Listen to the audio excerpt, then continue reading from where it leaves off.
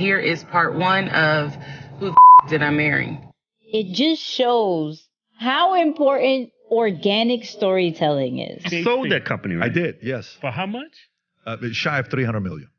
It may feel like a premature step on the path of building a brand, but the information that you learn can help you unlock some big things down the line. What if the next Oscar-winning film was written, directed, and produced by a machine, an artificial intelligence, to be exact? Can you have the same connection in a movie that you know what I'm saying? Like, So you weren't connected to cartoons? AI, good, bad, and ugly. What do you think? Good, because it's hard to stop the flow of the ocean. You have to learn how to surf. AI will not replace us. It will replace the people who don't know how to use AI. What's poppin', what's poppin', what's poppin'? Welcome, Nicky and Moose. I'm Nicky. That's Moose. What's up, Moose? What up, y'all? And on this episode, we're going to be talking about how do you get brand awareness in a content-first era. Like a recent announcement just happened that's going to change everything for business owners. How do you get 15x of your evaluation for your business? Moose, you know, that's Moose's vibe. Moose is going to go over this whole situation. How will AI disrupt businesses and marketing with big name players stopping production because of this recent update? Yep, you know we're going to talk about this and more. Moose, how we feel about this episode? Hey, if I can give you a quick summary of why you need to tune in, it's about future-proofing your brand and your business. Like, that's something you're going to want to be a part of or at least tune into. So, yeah, definitely excited about this one. Let's get into this intro. 2 kids from Queens, cut from a different cloth. Now joining forces, helping you to elevate your personal brand. Yeah, I'm talking about Nicky and Moose, bringing you a never-before-seen perspective into the mindset, the mentality, the behaviors, the driving force, but more importantly, the stories behind the people and brands that you know and love the most. And of course, this episode is powered by Ecamm Live, the #1 all-in-one streaming platform that not only allows you to stream on Instagram with comments, YouTube, Facebook, LinkedIn, all of that. And it's amazing, of course, for your podcasting needs, presenting needs. It can do video isolation, audio isolation, overlays, playing videos. It does everything. And we're giving away 14 days for free if you go to www.nickyandmoose.com/ecamm. That's ECAMM for that 14-day trial. Moose, how we feeling? Man, feeling good. Thank you for asking. Things are well out my way. I think I shared an update here a couple weeks ago on Patrick Bet-David's Your Next 5 Moves. It was like a business strategy book, and I was talking about how much self-awareness was a part of that. And so a continuation, not so much specifically from the book as far as my lesson of the week, but I thought it was super interesting. You know how sometimes you get these confirmation signs, right? Like you start to feel or think about something, or you imagine something, and you're like, okay, 1 time, cool, whatever. 2 times, like, okay, maybe it's just a coincidence. And then when you just start seeing sign after sign after sign, you're like, okay, hold on. I think I might be onto something, especially with, you know, when you get signs from sources that have credibility and a track record that you respect, you know. So of course, I think Patrick Bet-David, from a business standpoint, I definitely have appreciated a lot of his work. So I was watching one of his videos on Instagram, just came up randomly, and he was talking about how at one point when he was building his business, he had that insurance agency that he sold. He started to get with some of the founders or the members, his board of advisors on the team. And he said, hey, I want you to send me to New York so that I can talk with, different bankers or private equity people, venture capital, so that we can get an evaluation for the company. And they're like, dude, it's too soon. You know, these companies sell on EBITDA. It's too soon, whatever. He said, no, I just want to go. So anyway, from that meeting, he talks about in the video, he went and he got an evaluation. He said, hey, just because of the size of your business, we basically sell 3 to 5x what you're doing right now. And he said, well, what about these other companies that are getting 10 to 15x? And this is kind of like my big confirmation moment. He said, well, they said to him, the companies that are doing 10 to 15x, their EBITDA, or just the business that they do, it's like earnings before interest, tax, depreciation. It's like a whole formula that they use to calculate a business's performance. And they said to him, well, those businesses, they have technology. They've integrated technology. He said, well, I have technology. He said, no, but the technology that you have is technology that you borrow or rent from different providers, and then you just built off of that. He said, these companies, they actually have their own technology or their own software that when we buy the business, we can then also rent or start selling to other verticals as a result of acquiring that business. So this is the part that I found really interesting. He says that he then went out and said, okay, we're going to build our own software. And the cost of what it took to build a software, I think it was like 200 grand or something like that. It ended up being such a huge payout for him because then he got the 10 to 15x multiplier. So, of course, as many of you know, I'm super interested in tech and software specifically right now, but it was just a really cool way to look at it and say, sometimes you have to take moves before you're ready for the information that you can learn. Because had he not went and took that meeting prematurely, he never knows, or he would have never realized that there was that one key adjustment that would get him an extra, 10, 15x multiplier. And the cost of it was only 200 grand and a piece of information. Like that insider tip and 200 grand. And I know for some of us listening, we'll be like, 200 grand is a crap ton of money. But at that level, that's a very small investment, for a business that's making millions of dollars a year, but without taking that extra step. So that's why I was like, it's crazy when you start to feel some things intuitively, like, hey, I think this is the way. And you start to see those signs, maybe ignore it once or twice. But if it starts popping up over and over again, you got to take it seriously and say, all right, let me do some digging and see what that's about. Because like I said, I've been on this whole software, SaaS tech thing for, 18 months, 2 years now, just like really thinking and digging in that direction. And then that video popped up randomly and I said, okay, and I was listening to your book a couple weeks. No, too much in one place. So some confirmation for me, and I hope some insider tips for those of you listening to say, hey, let me follow my intuition from time to time. It may feel like a premature step on the path of building a brand or, even a business, but the information that you learn can help you unlock some big things down the line. The funny thing, I saw the same video and I thought of you. Oh, really? Look at that. You see? Look at the signs. I saw the same video and I was like, oh, Moose would probably love this. All up. Yeah. That's fire. See? More signs. Oh, that's fire. My timeline has been crazy with this generative AI video, right? So I think I mentioned it a little bit last week, but OpenAI announced a new generative AI video situation called Sora, and it has been going crazy. So crazy that big names are literally stopping production off of what they're doing. And big name, who I mean, and I'm pulling it up right now, which is Tyler Perry, which is very crazy, right? But he has been creating a new production studio that has cost right now about like $800 million to do, right? Wow. And literally and Isaiah will probably have it on the screen where it says Tyler Perry delays 800 million studio expansion after witnessing OpenAI Sora. Jobs are going to be lost. So Tyler Perry has had big plan to expand his Atlanta studio for 12 new sound stages over 4 years, costing 800 million, right?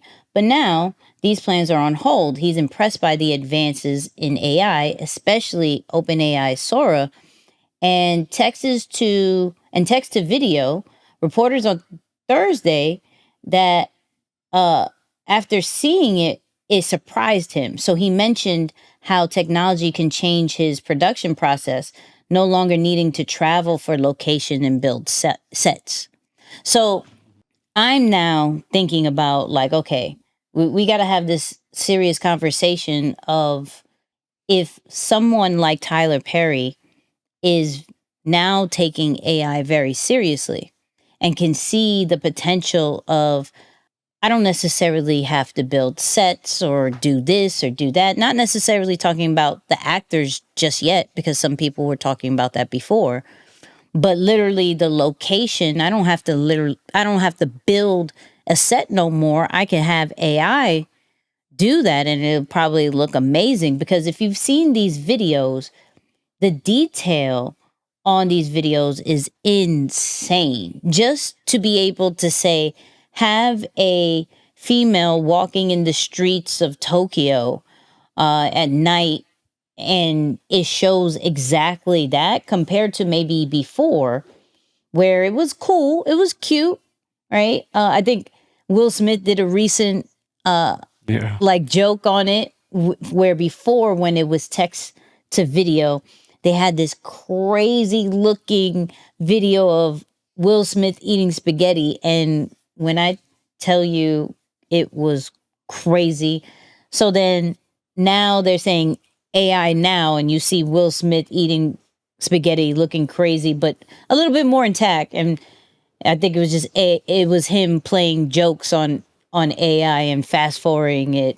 It's cute. But my question is, can we finally have the conversation of how AI can possibly disrupt businesses? And I'll talk on how it could disrupt or how it is going to be applied into marketing.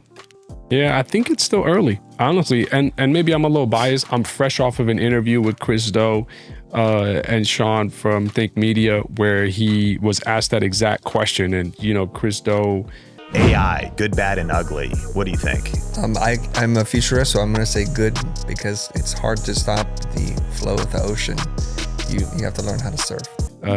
Sean on the interview calls him a futurist, someone who's very involved in tech. And he was like, yeah, no, I still don't see it, because one of the career paths that I would recommend to young people right now, or the skill set that I would tell them to continue to build, because it will be future proof, is content creation. He said the ability to express yourself, tell stories, and be a representation or an extension of a brand is going to be a skill set that's required. So as I think about AI replacing jobs, specifically in the world of entertainment, I can't help but factor in the name, image, and likeness component of people. I guess this is the question that we'll all have to answer. Will people fall in love with AI-generated actors the way they did, or the way they do with the Denzels and the Will Smiths and the Michael B. Jordans and the J-Los, or whoever is your favorite actor or actresses of the world? Can that really be the case? Like, as a human, can you have a connection with another, I can't even say a human at this point, with an AI-generated character? Can you have the same connection in a movie that you know what I'm saying? Like, for me, at least, that's just where I have to ask that question. I can't see it. I can't see it. You weren't connected to cartoons? Okay, good point. But I mean, look, you guys know I always say I did not have a normal childhood, so you never watched cartoons? I can't. Yeah, I did, but I'm just saying, no, it's not. Okay. If I was a child and we're saying, all right, AI generated cartoon art, will it affect children? No, I guess children don't have that connection. But as an adult, you know what I'm saying? Like, we're talking about people. I doubt you saw Toy Story as a kid, so. No, like here and there, not enough to, speak about it intelligently. But my point is, I think of some of my favorite movies. I think of, 7 Pounds. I think of Pursuit of Happiness. Of course, big Will Smith fan. So these are all Will Smith titles. But I'm just like, will I feel the same about the movie? I got one. If an AI generated actor was playing the part of Will Smith? So didn't Kobe win like Emmy or something off of a cartoon. Yeah, but it was a cartoon. Right. I mean, the cartoon stuff I'm cool with, unless Tyler was doing this for his cartoon movies, and I don't know if he does any. But I'm just saying, let's just think Rocky, whatever. Will adults who are movie lovers, will they feel and have the same connection with movies, with storylines that we all know and love? If we knowingly know that these actors are AI generated actors, I would beg to say, I don't think so. Me just speaking from my opinion, I just can't see myself saying, oh man, I totally respect, so-and-so. I don't know. It just feels a little distant right now. So I don't know. I don't know if we're ready to have that conversation just yet. I can't see it fully taken over. I could see and he made the point even in the interview, Chris, though, he said, look, for writers, yes, it's probably impacting writers quite a bit because it just makes writing significantly easier. And that was what the whole big strike was. I had a friend who works on set for some of the movies and the shows that they shoot here in New York. And I was like, man, what happened to you working with? He's like, no, man, they're on strike. It's the writer's strike. We can't go on set. Or we filmed up to the parts that they wrote, but we can't go any further. And so I can see AI impacting in specific areas, specifically writing related roles or career paths or whatnot. And yeah, maybe I just jumped the gun and just connected it totally like Tyler Perry, entertainment actors, and I just saw that and nothing else. That could be me too. I respect that. But I just can't see myself connecting with AI generated actors. So I'll say that. So here's a question. So do you watch sci-fi movies? No, I do not. Like Star Wars? Yeah, because I'm like, they had like 1 or 2 humans and the rest was like characters. Yeah, like what's that movie that I kind of thought was a little bit weird? What is it? It's also another Will Smith movie. He's the only man in the movie. He's like the only person, the only human. I forget what it is. It slips my mind right now. But that was a bit strange. I'm not going to lie. The zombie movies? Correct. There's a lot. I feel... Yeah. So I feel like if I was to guess, I feel like those type of movies would probably implement AI quicker than necessarily just human narrated movies. I can see that. All right. I can see that. But I do believe that, let's say, from a marketing content kind of vibe, I do believe that that's way in the future for the human narrated type content. However, when we're looking, they're already starting to make, before even this, movie trailers that were just AI generated. I forgot, there was a recent one that someone was under fire for making an AI trailer. So what we know as far as teasers and trailers and marketing and promotion AI is already being implemented. And some people notice it and some people don't. And so the battle with it is more of like, why would you pay AI or use AI when you can use human beings? You're kind of, making people lose jobs from it. And it's more of, once again, AI will not replace us. It will replace the people who don't know how to use AI. So you look at, like, I'm working with Opus Clip. Shout out to Opus Clip. And for those people who don't know, this is a AI tool that will take long form videos like this podcast, like your videos on YouTube, your presentations, Zooms, all that, and it will shorten it into short form content, whether it is vertical, whether it's square, whether it's horizontal, but it like from 30 seconds to all the way now, I believe, up to 10 minutes. Put on captions, everything.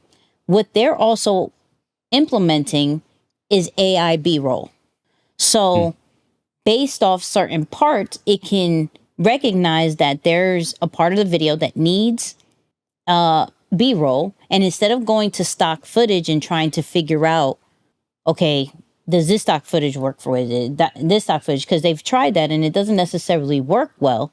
Now they're starting to do AI and put it into there, and you can fix the prompt. So if it doesn't get it right correctly, or is not in the vision that you see it after seeing the B-roll, then you're able to write in a prompt and it changes the video completely. Nice. As far as that B-roll. I do see it being integrated into content and into, promotional standpoint in that kind of way. I did a video myself where I lost my voice and I did my whole voiceover with AI. And so if we learn how to integrate it, it just makes our content, our marketing stand out way more. This is now going based off facts. This is now based off other sources that has been out there that has been proven to work. And if you're looking for a dog on a mountain, they're now going through their database of all the dogs on a mountain, or a fire mountain, fire dog, putting it together, instead of spending so much time and so much money figuring out how to portray that. So from a marketing and, content standpoint, AI is here, is something that we have to pay attention to, and is happening more and more each day. That to sit here and say, it's not there just yet. Do we prepare for when it is there? Or do we just wait until someone deems it to be, okay, now we have to pay attention to it? Because in reality, who deems that? Right. Yeah, no, for sure. I mean, from a paying attention standpoint, I think it's definitely time to pay attention. On a more serious note, now that I kind of regulate and balance my mind, that I'm not thinking about AI-generated actors there for a moment, I have to say that the thought process should be, how do I integrate AI? Or how do I think of the future with AI in it? All right, there's a project that we're considering right now, and the thought was like, we can use the internal database. I said, okay, let's use the internal database. Once you reach a certain number of users, you're going to exhaust the responses that we have internally. How do you make that more dynamic, where people be like, where people don't get tired of seeing the same response? Well, you have to integrate a large language model, right? Some form of AI that can get smarter as you train it. So it's just being educated enough to know where can you fit AI into your plans, or the technology, let's just call it like that. Where can you fit the technology into your plans, so you're thinking about the future with AI integrated into your plans already? Because to wait till it gets to a point that it's now a threat, I think you're already behind the 8 ball. Now, for movies, different story. You know how I feel about that. But, at least from a business standpoint, you got to think of it. You got to think of the future with AI in mind. So what do you want from an integration standpoint? What is because you got to look at probably tasks first before titles, right?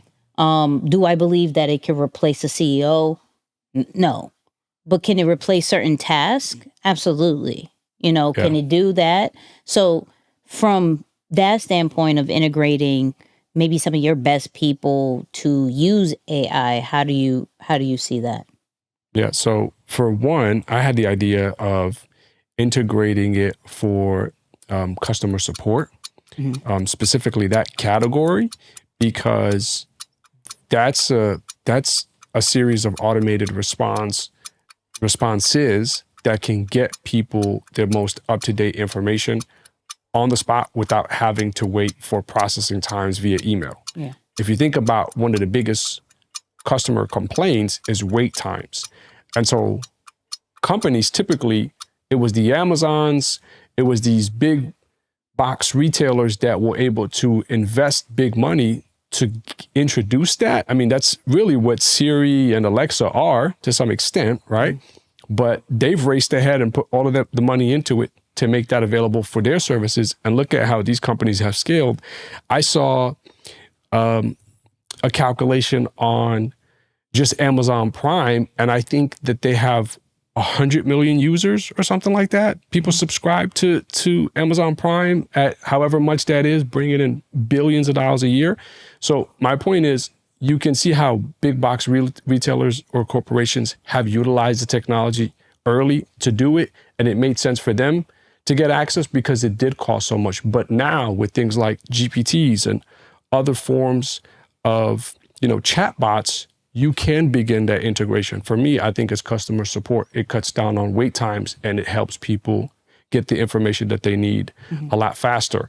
The same concept integrated on the sales side, I'm seeing parts of that as well. Yeah. Not maybe for a complete, call it interest to close, but at least for lead generation, appointment setting. There's some of that also starting to happen on the business side that I think is helpful, because now one of the toughest parts to recruit for, or roles to recruit for and have done effectively in a sales cycle, are those appointment setters, or the people who at least tee up the leads for the quote unquote closers to go in and shut down the deal. And so I think also utilizing it in that space, there's opportunity there. Yeah, that's good. And for marketing and content, I think one of the first things, that's already happening is copywriting, right? Mm-hmm. Whether through simple captions on your social media posts, or the copy on your website to emails, that whole nine. Still, I will say, still looking at it, don't use it more as a copy and paste just yet. I don't believe that it's there unless you're super training it with, like how Moose said, with GPTs, where it understands your tone. What I will say, if you want to do it in that way, transcribe some of your videos and put that into GPTs, put that into Google Gemini, Copilot, whatever your preference of language model is, and put all that so it can understand your tone, your style, your swag. So when it does produce content, it already has that to reference. So that's definitely one way. I do believe from a content standpoint, I already mentioned the B-roll, but I do think faceless videos is something that they will kind of probably perfect, not in this quarter or next, but probably by the end of the year or the following year, where you can literally put in a topic and a script, or not even just the basis of a topic, and it can come up with a whole faceless video that goes along with the right B-roll. And so for those people who don't necessarily like to be in front of the camera, content like that is going to be very good. And you can do the voiceover, or you could allow the voiceover to be done through AI, like with 11 Labs. So those are some things I think instantly when we're talking about what is to come right now and how AI is being used in these different departments. I think it's just one thing we could take advantage of right away. Yeah, no, I agree. Yeah, I didn't think of the faceless ones too, though. That's a unique thing. I mean, very unique. So, shout out to Tyler Perry for taking AI serious. Maybe other people will too.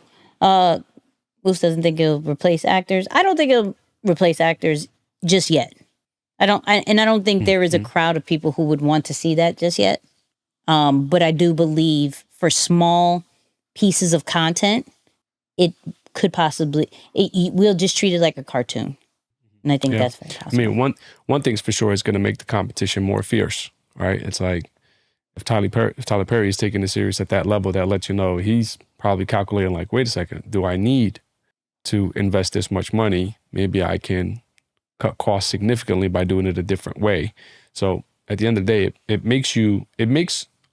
goes back to the solopreneur model that we spoke about, because think about how much more well-equipped you can be to do a lot of things internally.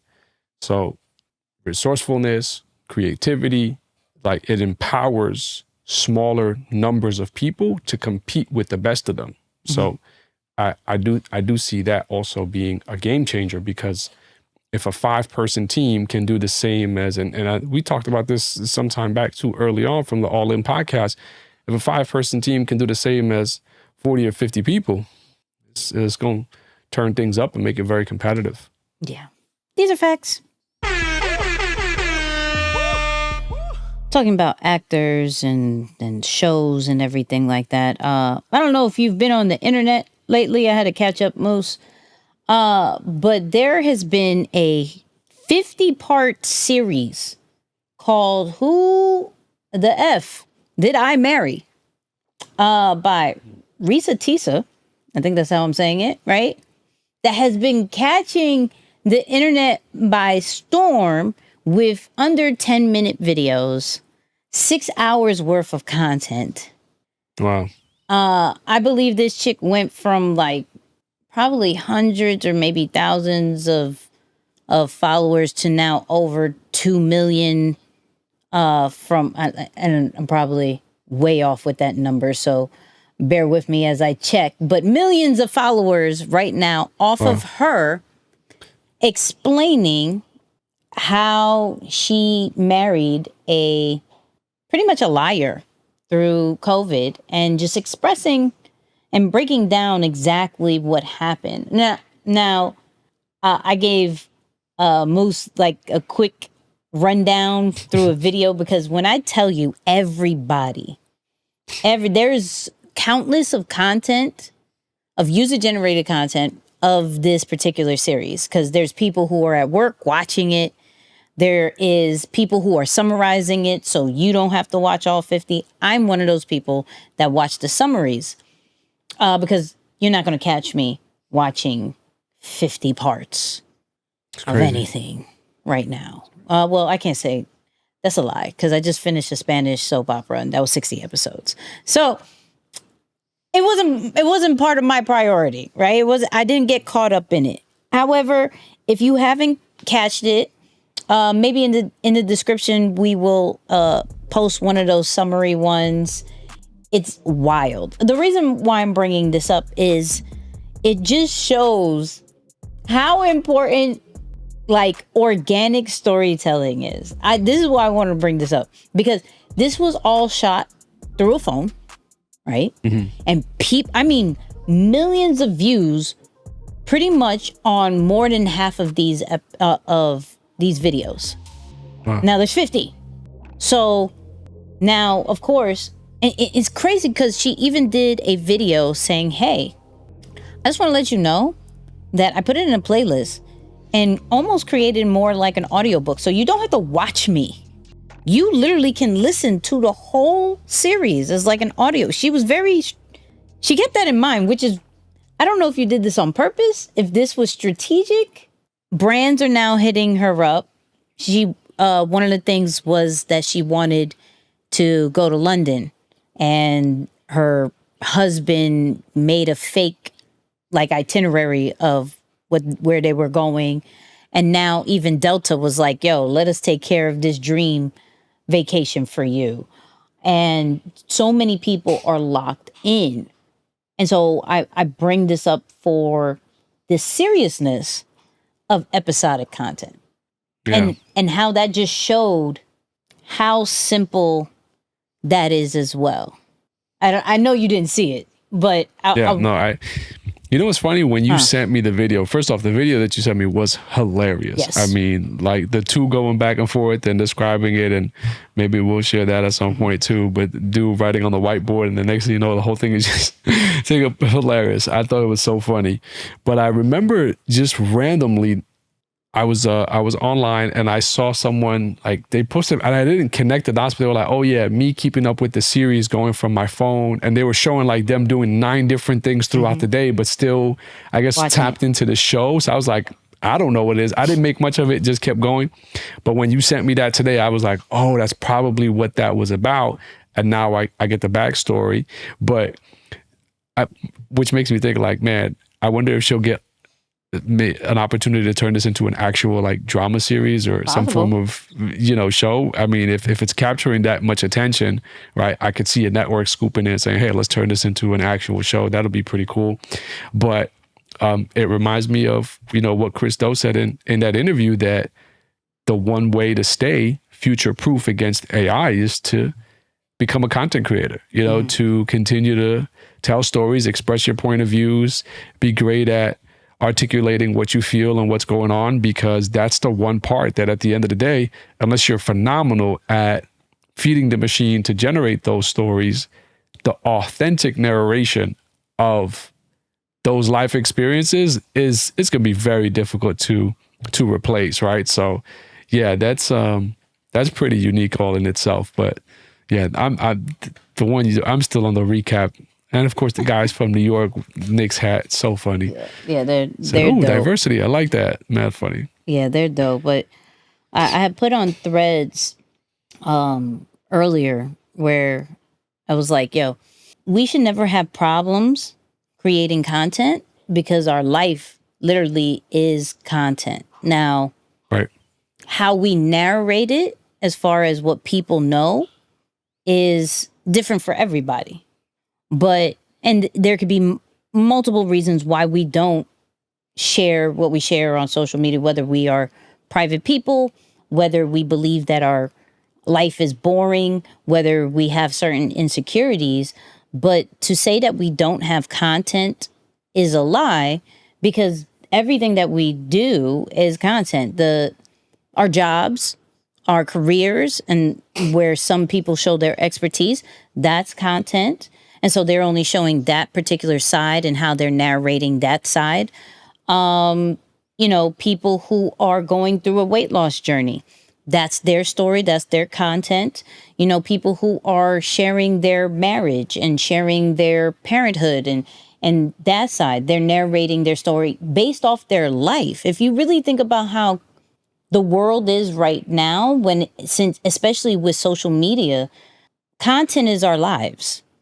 And so when I look at a 50-part series of someone's life, now Crazy. How much of it is true or not, I don't know. I don't care. We were all locked in to be like, yo, what happened?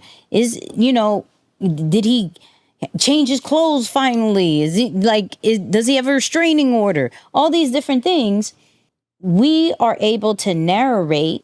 And people will be interested. She has a whole community now. Like, she made a video saying, hey, I'm finally going to London. And of course, you guys are coming with me. Now, there will be some people that will drop off after I found out what happened with the 50. But there is a good now loyal community that is just rooting for her.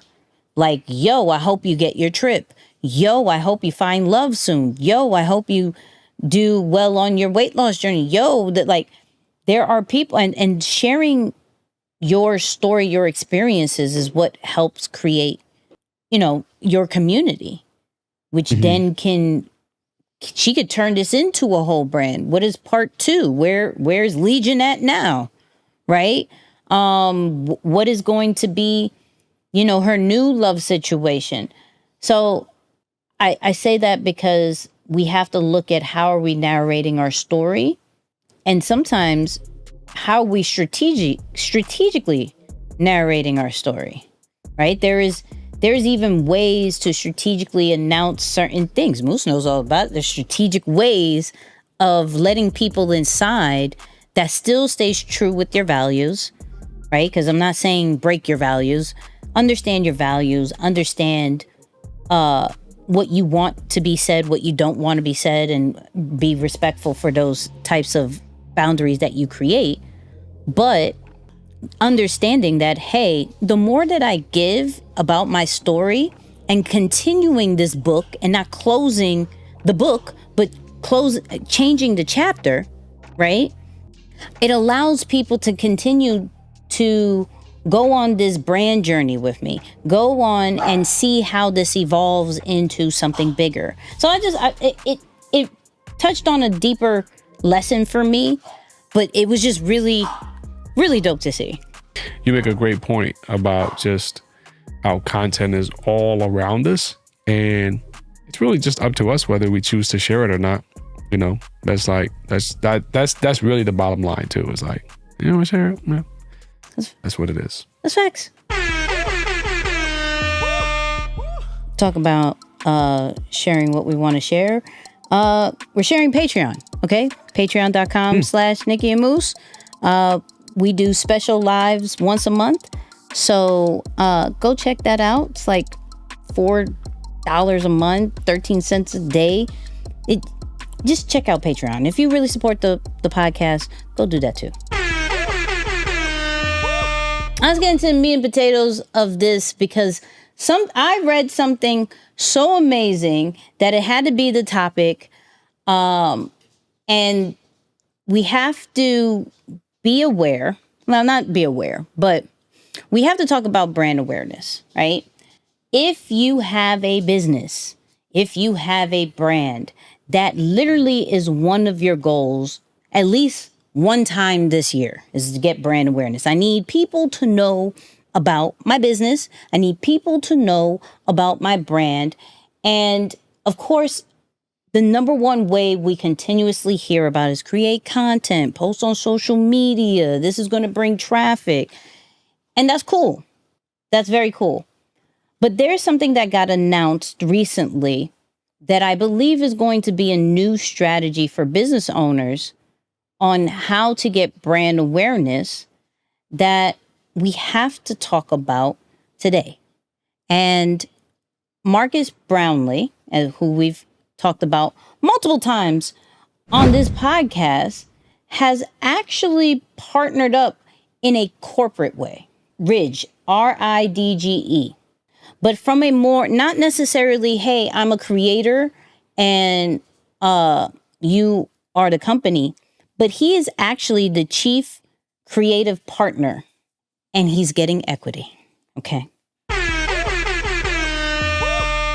Now, I saw something on Threads, which was very interesting when they posted about it. And shout out to Lindsay Gamble. Pretty much said, in August, Ridge Wallet CEO said that he wanted to hire an in-house creator to help the brand become a content first and willing to invest $1 million. And like today, they announced that Marques Brownlee was the chief creative partner.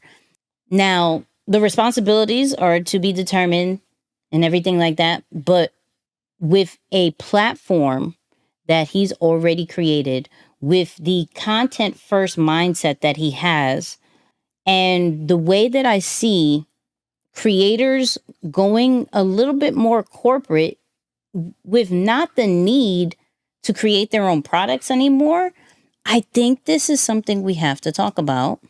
Definitely from a brand awareness side, but from a business side of not how can we get creators, but how can we take advantage of the content first model? Yeah, it's interesting. I'm looking at their site now. They're actually a legitimate wallet and accessory company. They make travel bags. They have, different types of wallets and rings and key holders and things like that. So pretty cool. Like, it's not even the typical, this is some form of tech product or software, whatever, and it makes sense to have a well-known product reviewer or YouTuber to become involved. No, this is actually a physical goods, brand that brought him on. So it's pretty cool. But the thought that came to mind once you shared that, it was the struggles of a business person who is so focused on doing the work that you can never see your work through a creative lens from a marketing and branding standpoint. Mm-hmm. So I think that's one of the biggest challenges for business owners is when you're actually leading your business, some people have the marketing gift or talent or skill set. And so they think through a marketing, community, branding perspective first. Like they are story first people, product second. And so as they're doing the product, they can already see the story, or they're working backwards from the story to the product. For more linear thinkers, you know, I definitely feel I am that way. I'm always working in that fashion where I get to the story last.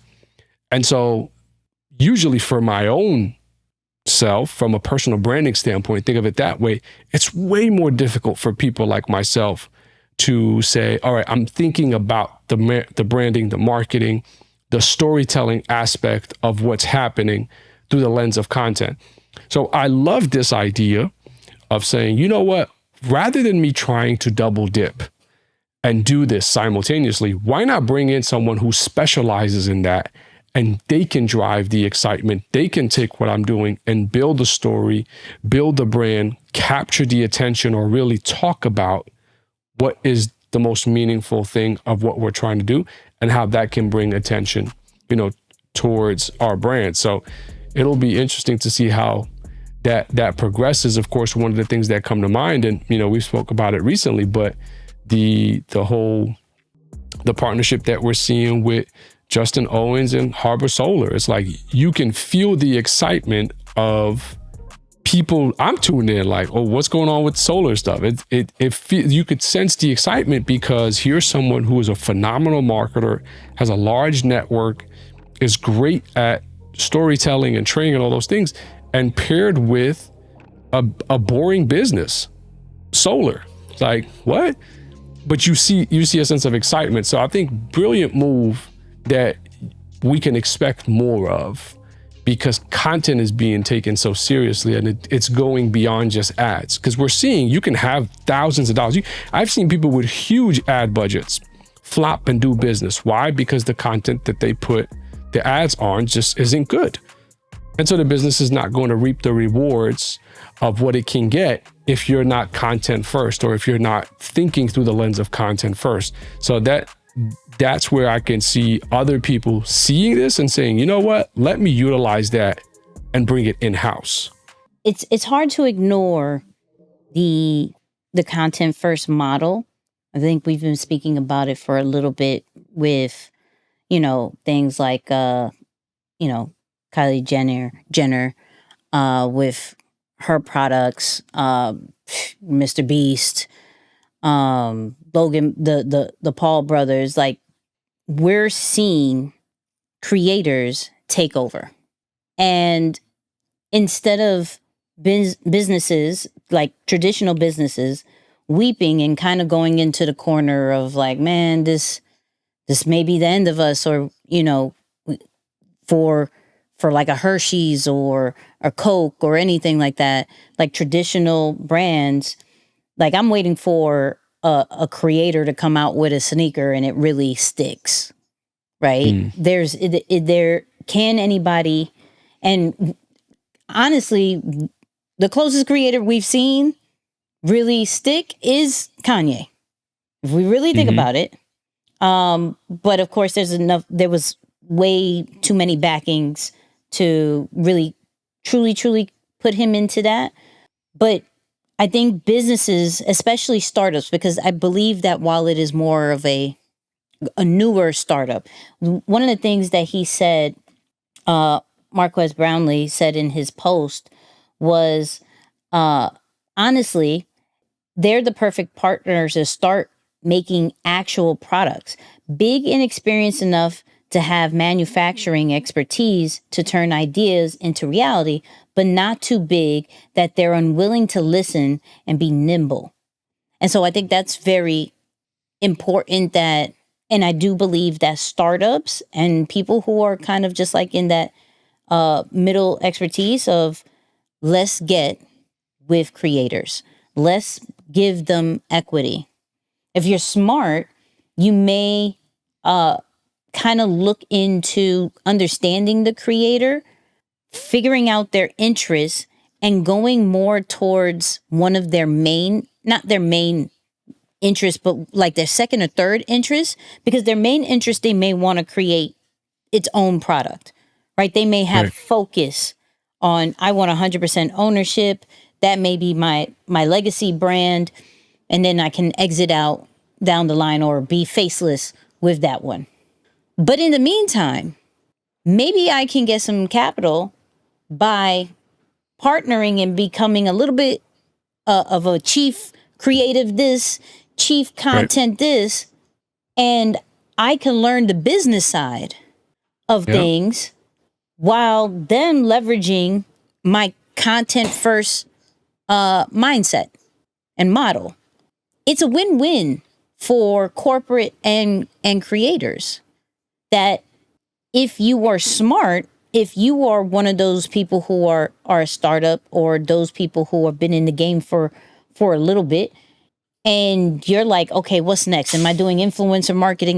No, maybe you want to get an in-house creator that can then understand the content that needs to come out, the campaigns that need to come out, the budgets that really need to come out because they're looking at it from, okay, I know how to do this with zero money, and I know how to do this with a bit of a budget. So you give me my playing field, and we can make this happen. Because clearly, I've gone on this journey with zero to nothing, and grew my platform to this. So give me a product. Let's put it on my platform. Now I'm going to be able to put it on my platform. That's probably in my job description. Put it on your YouTube. Put it on your social media. How easy is that? Any startups that goes along the line of content creation, entrepreneurship, hey, come holler at us. You know what I mean? Like, because that's... Heck, anything really. I mean, if we're going off to this model, it's not even just that. It's like, hey, you got a physical product. You know, you got a traditional, maybe even a professional service that has not maximized content. There's like a lot of opportunities, really, when you think about it like that. It's less about the type of business and more about where you are in understanding and mastering content, branding, storytelling, capturing the attention of people and making your thing more relatable and understandable, like easy to digest. I think that's the essence of it. That's very difficult. You know, like you got to think about some of the professionals. If you're an attorney, a CPA, a doctor, you understand that kind of language. Now, how do you make that digestible for everyday people online where you can capture the interest? So I think that's where the opportunity is. You know what I was thinking? You know, let's say you were going to pitch a business owner about them understanding this. What would you say someone who's like, hey, you know what? I have this skill set. I understand content. I understand the branding world. I have some wins under my belt that I feel can be helpful for a business owner to really tackle the digital space. What do you think they should communicate? Like, what do you think they should prioritize in a quote unquote pitch to a business owner so that they could be like, yo, I get that. Like, you're right. You highlighted some pieces to me about content, branding, all of this stuff that I do want to consider that. You have to make the product relatable to the audience. And so what creators do very well is make content relatable, show how it is a lifestyle and not just a product demo. And so for the creator who may be pitching this, you now have to use in real life how it can be relatable to your audience or to their audience, right? Kind of like real life use cases, going out in the street and getting testimonials like, yo, boom, use this real quick, give me an honest, and make it entertaining. Right? Because when we get on social media and we're watching any of these things, entertainment still wins. So if you can make a boring product into something that's entertaining and educational, people are going to be like, So because I was watching, I could see why they got him, because I was watching a video that they did and it's like, oh, are you tired of the bulky wallets and things? Like, it was just such an infomercial kind of, it was super outdated. It's like, well, we have this product, and it just sounded really blah, right? Where now with him, it could be more of a use case standpoint. It could be on his podcast that gets millions and millions of listeners, right?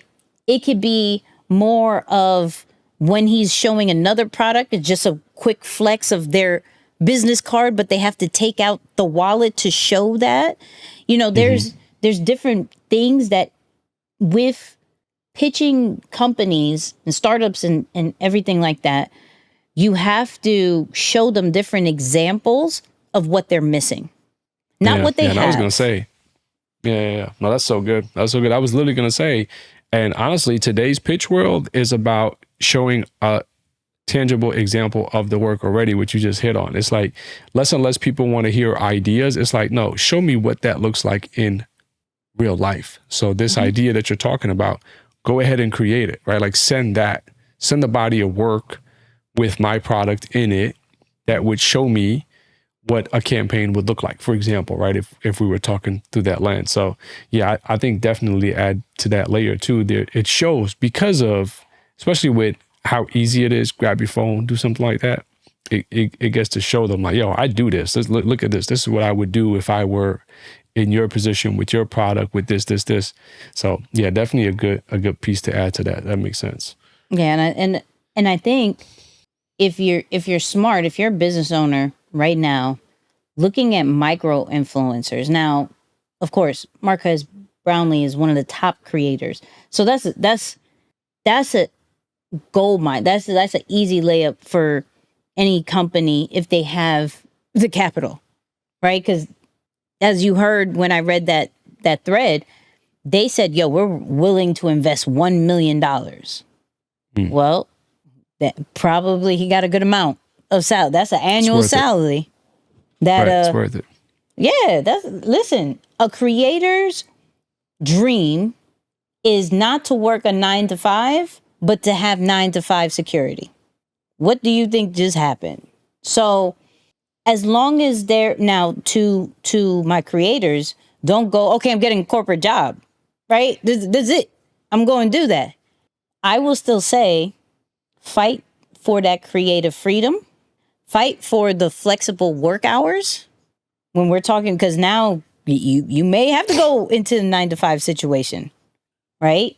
Where still fight for that flexible work hours, but these are now jobs that wasn't available before. Yeah. And going back to the conversation prior to as well, if you add AI to it, in a company that content was already not really existing, you could be a really dangerous person. You could be a really dangerous person to that company, right? From a brand awareness side, and we're looking at creators making content, understanding the different languages on each platform, understanding the different features and how to leverage those features, not only for themselves, but now going to be for different companies. We have to look at still understanding the importance of content and not to like step off the lay off the gas from content just because. And I'm seeing a lot of posts about, oh my God, I'm not getting the reach. I'm posting and none of my followers are seeing it. And there could be multiple reasons of that. It could be the algorithm. It could be your content. But the only way that people are knowing your brand is that you post, is that there's content, is that there is some type of information that is in front of their face on a regular basis. Now, what your regular basis is all different for everybody. In more competitive spaces, it may be a little bit more regular than others, but brand awareness is real and needed to be successful. Even if you do ads, you're paying for brand awareness. There's brand awareness campaigns. Right. No, 100%. Just saying. Listen, people. We don't have to make question of the week go into the after show. So if you're not part of the after show, that's part of our Patreon situation. So patreon.com/Nicky and Moose to hear what the rest of this episode's about to be about. Follow us everywhere. You feel me? On social media, Nicky and Moose. Flight assessment, flightassessment.com. If you haven't gotten the assessment by now and you've listened to 2 episodes, I'm not really sure if you really love us. I'm going to give that guilt trip. Do you really love us? If you haven't gotten the flight assessment, I'm just saying. Right. Do you really love us if you're not part of Deeper Than the Brand? You feel me? Like we got, like, I'm not going to go too into it. I don't want to give y'all too much of a guilt trip, but flight assessment, Deeper Than the Brand. Follow us on social media. Check out Patreon. If you haven't checked out Moose's announcement, go check out Moose's announcement because it's so cute. Okay, it's just really cute, and it's not even about him. It's about the announcement. It's about the baby. All right, just go check that. It's so adorable. I promise you. But Moose, final words. Final words for you this week. I think my final words have been going back to really my lesson of the week. Honestly, it's just a recap of it. I got to tell you, trust your intuition. Take a chance on you. Those steps that seem premature end up making a big difference when you can learn something specific from them and end up applying them down the line. So yeah, don't fall numb thinking that your intuition is misleading you, because it happens for a reason, especially when you're connected and doing your daily, to-dos, you're locked into your routine. It's not just a coincidence. It's like, no, this is planned. This is meaningful. This means something. So yeah, trust your intuition.